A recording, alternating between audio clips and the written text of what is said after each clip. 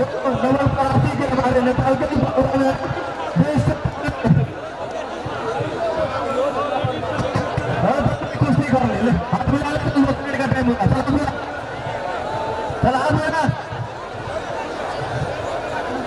हाथ मिला 10 ऊपर चला जा 10 मिनट का समय है तेरे पास अरे तो क्या इस बार मैच बचा ले इससे पहले तो हार के गया था इस बार मैच बचा ले अच्छा बढ़िया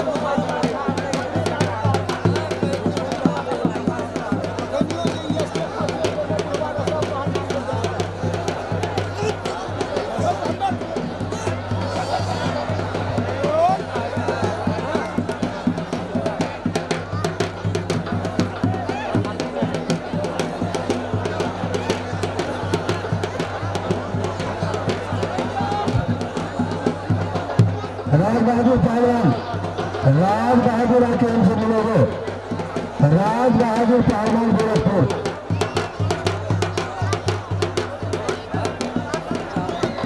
राज बहादुर पहलवान गोरखपुर अखाड़े में आ जाओगे भाई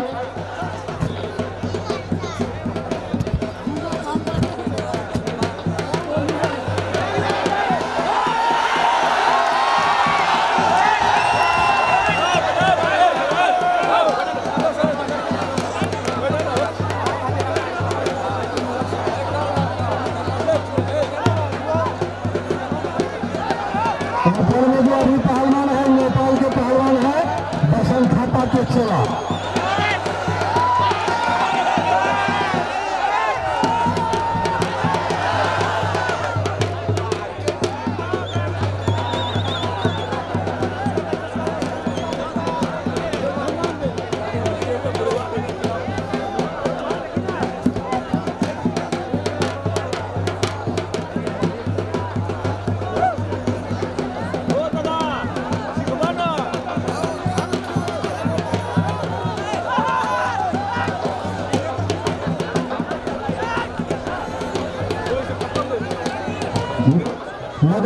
हाथ चलाइए तोड़ देगा ये हाथ तो रहा बदमाश पहलवान है नहीं राज बहादुर पहलवान है आजा भाई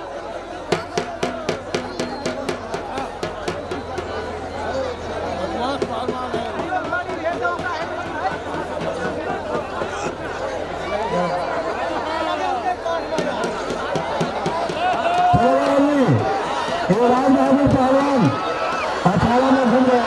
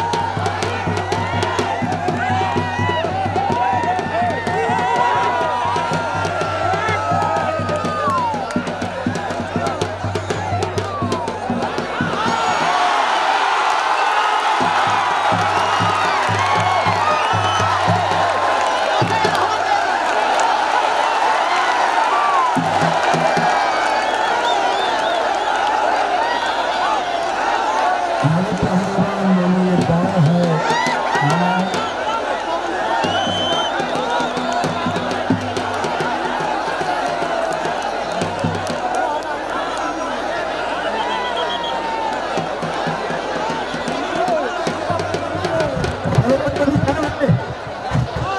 तुम्हारे बात अभी 2 मिनट है बाकी है।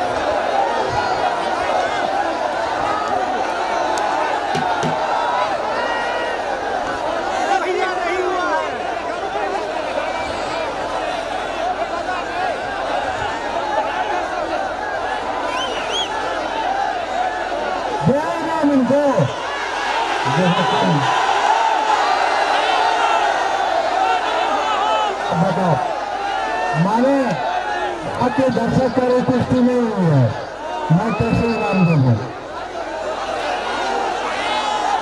अरे तुम ठीक जाओ, पक्के को मैं इनाम दूंगा। अरे ठीक है भाई,